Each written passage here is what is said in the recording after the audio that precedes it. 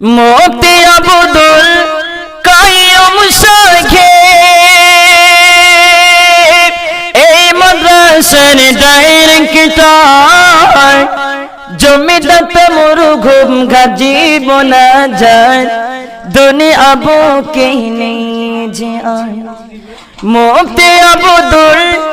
কাইয়ুম সাহেব এই মাদ্রাসার ডাইরেক্টর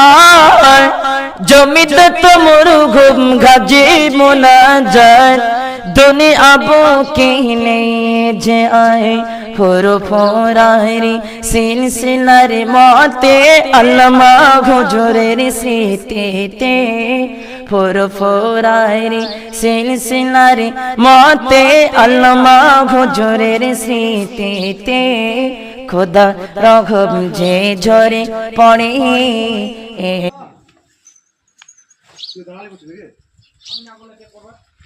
না ভাই তো দাঁড়ানোর সময় বললি